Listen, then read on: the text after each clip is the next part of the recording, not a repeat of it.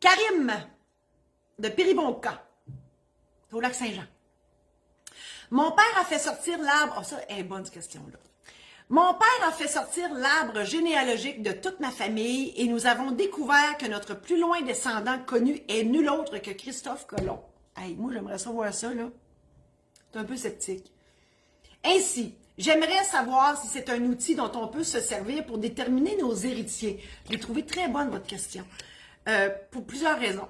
La première, c'est que l'arbre généalogique, ça détermine ceux qui étaient là avant.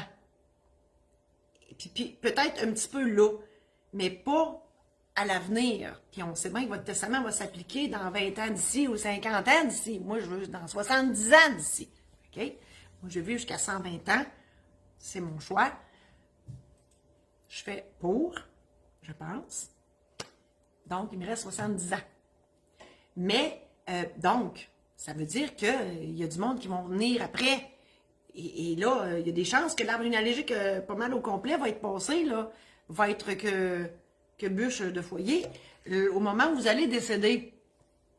Donc, tu sais, de grâce, Karim ne mourrait pas de suite, je veux pas, là. Hein? On veut pas personne.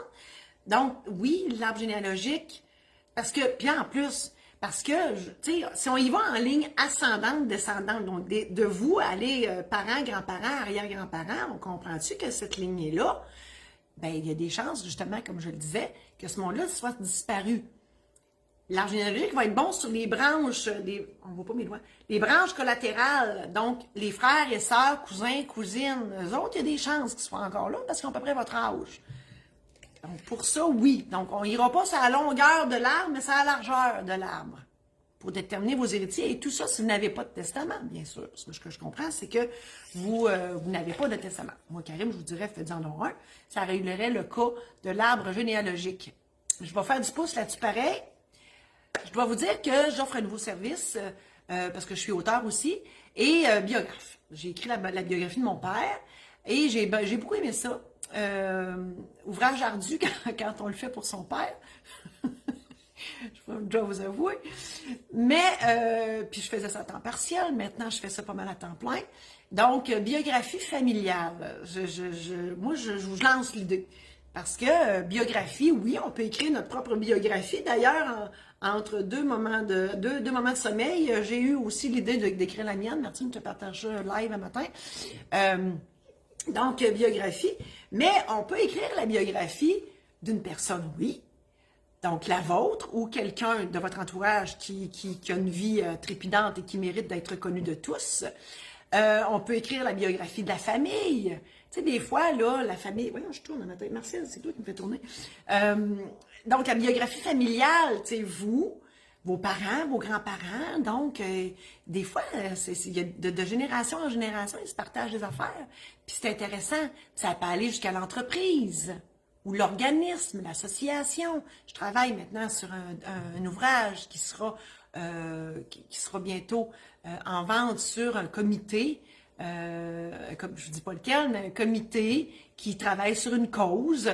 Donc, pour faire connaître cette cause, cet organisme, cette famille, cette entreprise, moi, je vous le dis, là, je fais ça.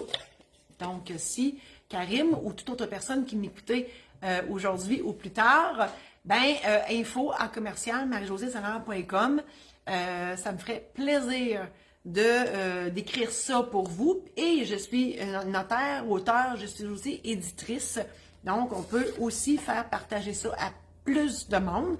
Juste, tu sais, il y en a un qui Alexandre, que je salue. Lui, il m'a dit, je te reviens avec ça parce que ça m'intéresse grandement. Il dit, mettons qu'on en sort 100. Parce que pour mon père, c'est ce qu'on a fait. On en a sorti 100 exemplaires. Voilà. On vend ça dans la famille. C'est tout. On n'est pas obligé, tu sais, de vendre ça à la librairie à travers le Québec, là. Puis on peut aussi, si ce qui est véhiculé dans ce document-là pourrait aider d'autres gens, pourquoi pas. Donc, je lance l'idée. Alors, Karim, arbre généalogique. Puis oui, il y a Ancestry là, qui passe à la TV, là, je n'ai pas de commission là-dessus, mais tu sais, c'est de plus en plus en vogue de faire les arbres généalogiques. Je trouve que c'est pas mauvais, mais de faire un arbre généalogique, c'est une chose, mais écrire sa biographie en est une autre. Puis moi, je pense que les deux peuvent être faites parallèlement. Merci infiniment d'avoir été là. Je vous invite aussi à visiter mon site marie-josée-saint-laurent.com pour connaître l'ampleur de mes services et de mes produits qui sont là pour vous aider. Je vous invite à consulter maisondédition-saint-laurent.com pour consulter mes ouvrages qui sont là aussi. Marcel, arrête. Qu'est-ce que je peux vous dire à part de ça? Ben, écoutez, mes services sont tous là, donc n'hésitez pas. Si vous avez des questions, vous pouvez. J'offre aussi des consultations notariales parce que je suis encore notaire, même si je ne pratique plus. Voilà.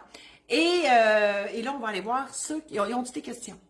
Martine a dit qu'il n'y a pas de questions. Votre vie va bien, c'est merveilleux. Merci infiniment à tous et à toutes d'avoir été là. Je vous embrasse et je vous dis à la semaine prochaine.